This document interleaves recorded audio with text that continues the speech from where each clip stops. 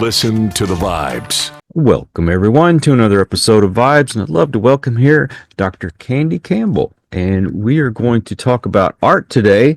Now, you are an actor, an author, a filmmaker, and an artist. I think we agreed we're going to talk about the art side of it today. Well, it's all art. And thank you for having me. Yeah, see, I have this philosophy that everybody is born an artist and it gets sort of drummed out of us via one thing or another, education or whatever our psychological state is within our family, who knows? But based on everything that I've done, all those things you mentioned, I never as a kid woke up and said, I want to be any of those things. It's just that I found out within me there was an artistic sense that was begging to come out. And I don't I don't come from a family that had any of those things involved. I'm definitely the odd one out. And you know, it happens if you feel that you just want to express yourself some way or that you have something to say about something. So that's my take on it. Well, this is kind of why I do the podcasting. I have to express myself in some way, and I've always wanted to help people. And by bringing others on and talking to them and bringing out what they do, someone's out there listening or they're watching and they say, wow, that's what I want to do. And maybe something clicks in their brain that says, okay, I'm going to go for it.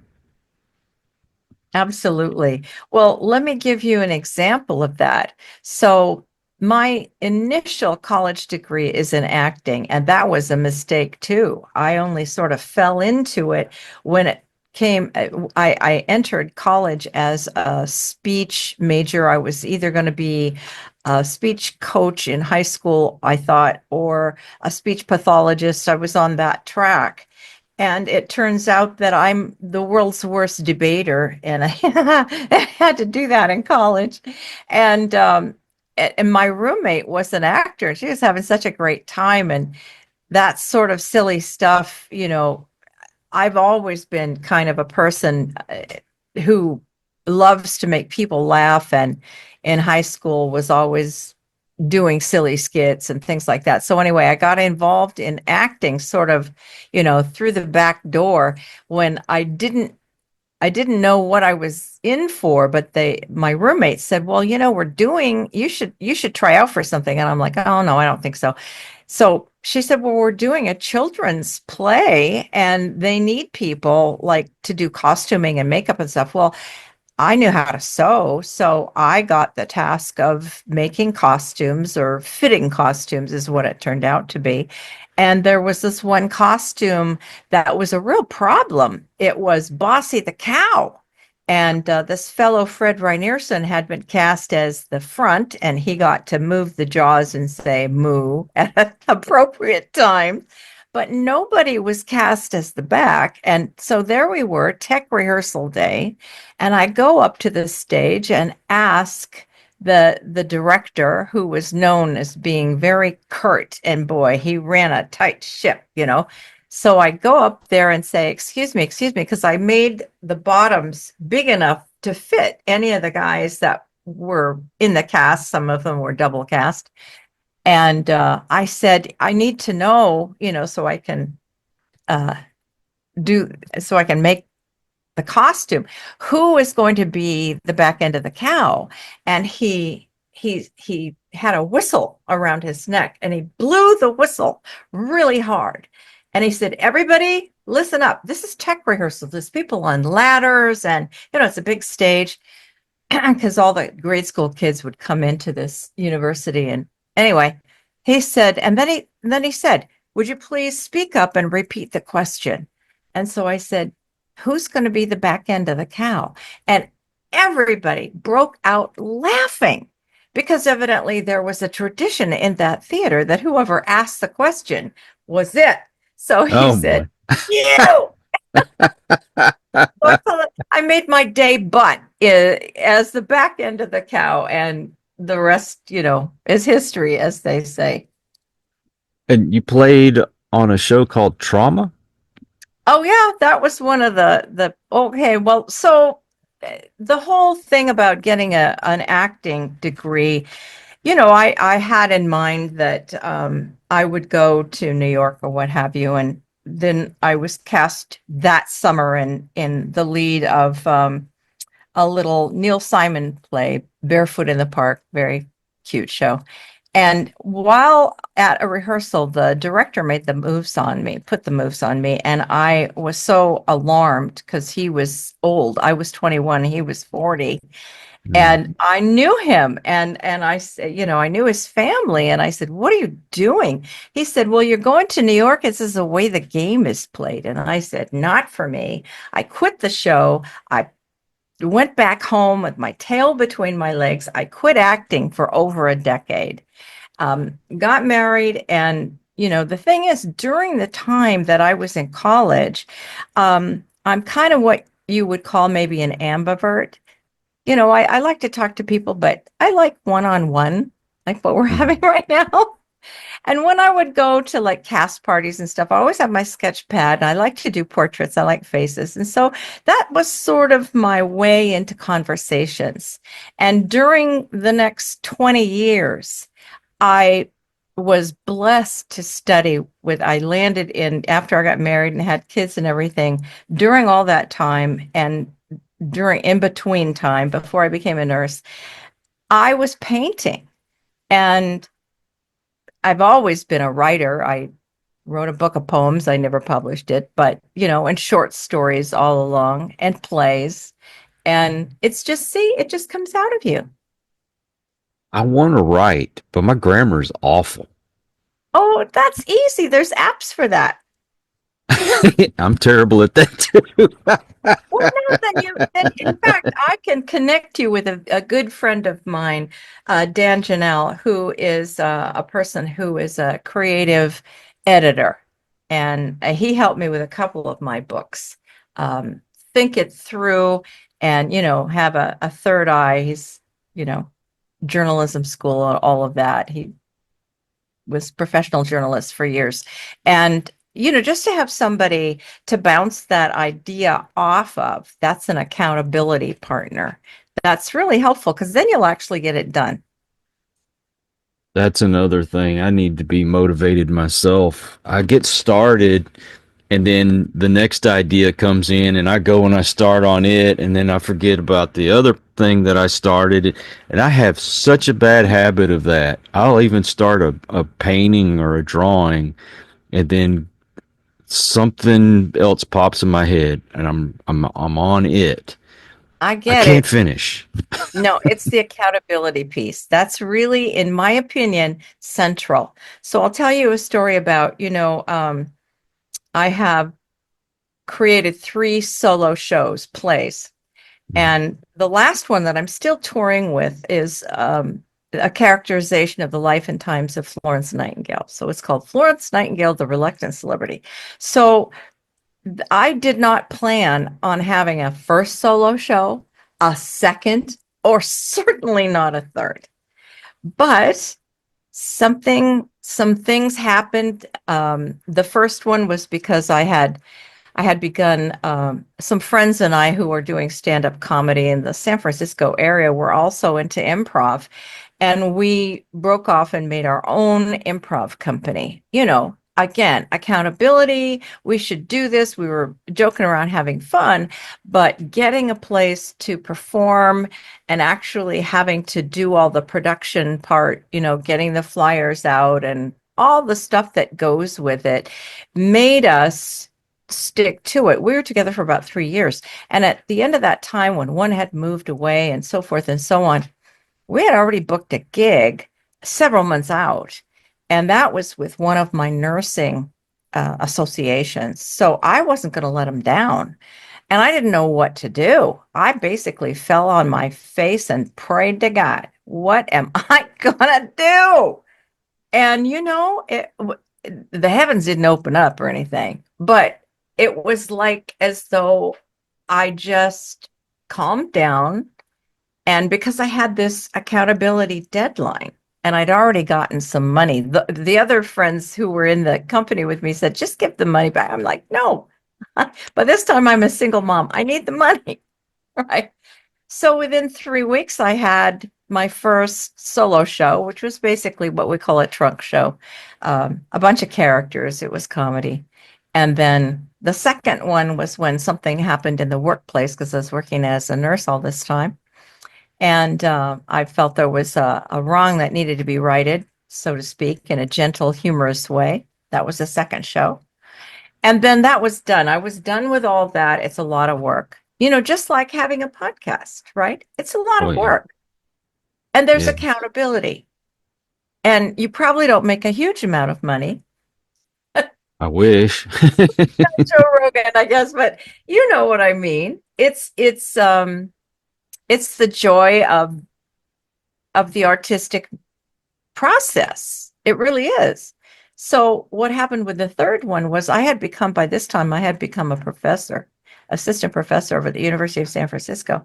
And I had been a professional speaker since 2003.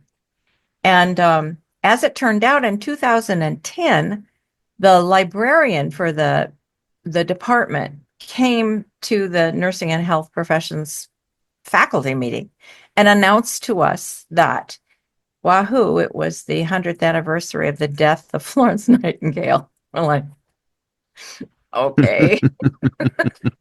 She said, but no, it's really notable because they've been working behind the scenes, whoever scholars have been working behind the scenes for years to digitize all her work. And I remember looking at my other professor friends and thinking, other work? We all knew one book. And she said, oh, no, she wrote like 200 books and articles, and we have over 10,000 of her letters. Wow. And again, solo show was the last thing on my mind. But I'll tell you what did happen, coincidentally or providentially, maybe. I lived about an hour away from the school, and all of my classes 3 days a week let out at 4 p.m. Mhm. So you know what that means. You live close. You live in Texas. There's definitely got to be rush hour traffic where you are, right? Oh, believe me. Yes. So I basically opened up the laptop and I thought to myself that first day, I'll just check it out, see what's going on. Well, by the end of that first week, I was pretty hooked and I got a big pad of paper and I started writing down themes she wrote about. I earmarked 6 themes that she continually wrote about. And I figured out what her mission statement was, which was to help the helpless and give hope to the hopeless all over the world in very practical ways. And I don't know, I was just turned on by such an amazing woman and started chatting to friends about this at a National Speakers Association chapter holiday party one time. And one of my friends from there, who had known me for a long time, he said, wow, you're really jazzed up about this Nightingale chick. And I'm like, she's, is really a glass breaker and she did all these things and people have no idea about her. He goes, well, you're a nurse and you've had 2 solo shows. Why isn't this your third solo show? And I said, are you kidding? Ah, do you know how many hours a week I am working? I certainly at least 60. I have no time and it's a lot of work. No, and you don't make that much money. So he goes, well, don't you want people to know about her? I'm like, yes, okay, yeah, I do, but that's it. He said, okay, I got one last question. What would have to happen for you to change your mind? And I said, there's nothing that could. I said, oh, okay. Barry, I'll tell you what. And I dedicated the book to this guy. God himself would have to tell me. So the next morning, 9:30, this is God, I'm telling you, do the show. Oh my God. So he dogged me about it. And, things happened and that's it. This is the 10th year since the first inception of that show. And we were off Broadway last year. So That's amazing. It's something that I've noticed, at least about myself. If I read about whether it be a musician or an actor or an author, and I read something that's more, I guess, in depth and intimate about that person that I didn't realize before. I grow to appreciate that person's art even more, which is one of the reasons why when I bring someone on that's an actor, musician, what have you, I want to get to the core of who they are. And surely other people feel the same way. When you know someone that they've done something really amazing, you just appreciate them more. I agree. I'm a big fan of a lot of artists myself. Well, what's the core of you? I think one of my nursing instructors nailed it one day because when I went into nursing school, I got the call to be a nurse at 30,000 feet. That's one of my stories because I didn't know what to do after I, you know, quit acting, went home with my tail between my legs and my parents going, "We told you you shouldn't have done that." Um, I I applied and was hired by Pan Am as a flight attendant. So I flew all over the world for 5 years. And in my heart of hearts at that time, they hired me because I can speak French and German. I was blessed with a French speaking uh, Quebecian grandma and a German grandma. So, and I had studied. I am certainly not Barbie, and I was never one of the tall, luscious flight attendants. But at any rate, I was so disappointed in a part of me, even though I was painting, I was writing for myself, like you say, for my own amusement. I just really was something about this acting bug that I recognized that theater is a source where from time immemorial people can get up in front of other people and do exactly what you were saying. They can say something that reverberates with the whole crowd. It's the human condition. Bertolt Brecht wrote a lot about this, and he gave example of the Greek the way the Greeks did the plays. They broke the fourth wall, and the narrator came out and would tell you what's going to happen, and people loved it. It was very sort of interactive in that way, and I just missed it. I liked the team aspect. The other things that I was doing, they were all solitary. And that's why I love about theater, even though I'm doing a solo show. I mean, there's a lot of other people that are, involved. And so I decided while I was flying, before I got the call to be a nurse, that I was going to study dialects because I went to, I think it was 120 countries and in 5 years. And I lived in several other countries, including London for 2 years. So I figured I'm going to study dialects and at least I'll have a skill that I can market someday, right? And that's how I got into AFTRA first, doing commercials and things, and then later SAG. Anyway, all that to say that was my plan, but it was like something I had inside me. But as I told my students, my acting students later on, that was one of the theater of the real. I mean, that 5 years working for Pan Am was my longest running acting gig. We had the costume and the makeup and basically the script, although a lot of it was improv. But here's what happened. I recognize, and you might know this too if you fly a lot, people get sick on airplanes. Who knew? They're not supposed to, but they do. right? And what Right. I noticed was that there was also when they had a call out for is there a doctor in the house or whoever, there's always people who run to help, and then there's run those who run to hide. And I was always the go to help person, just drawn to helping people. Like you said, you want to help people in this podcast. This is it's an impetus. So one day when we had terrible turbulence, that's when I was sitting on the jump seat because it was turbulent, and my colleague and I were sitting there in the back looking towards the back of a 747.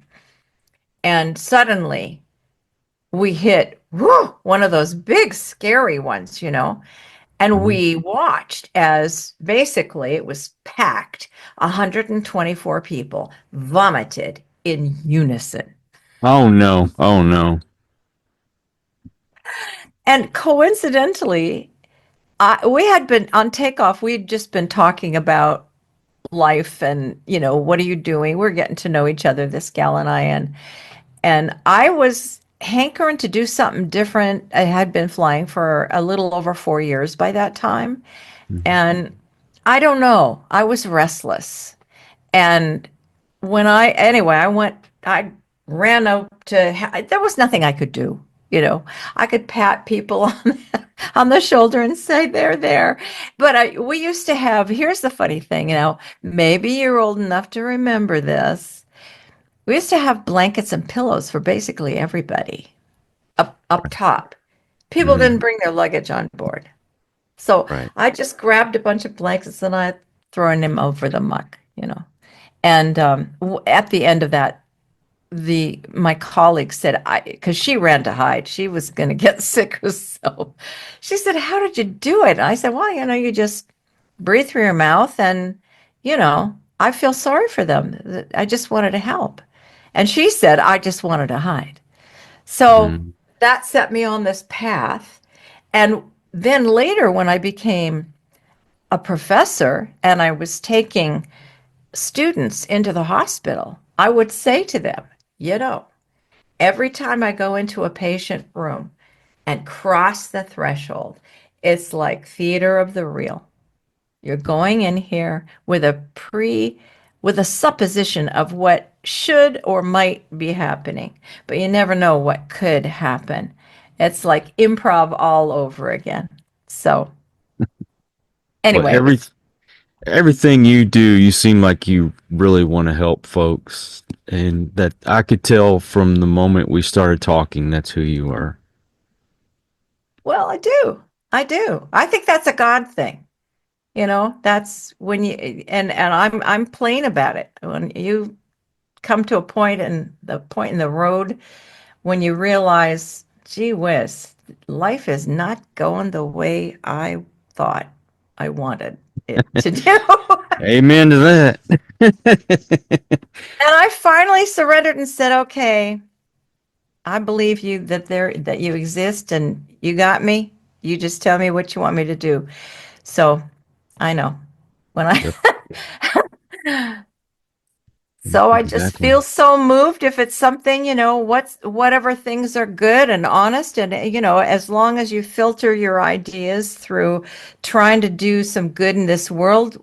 Hey, listen, I became a nurse. I'm very aware, having worked both in adult and pediatric ICU and the ER, we're only one breath away at any moment in our life. Nobody's guaranteed a day.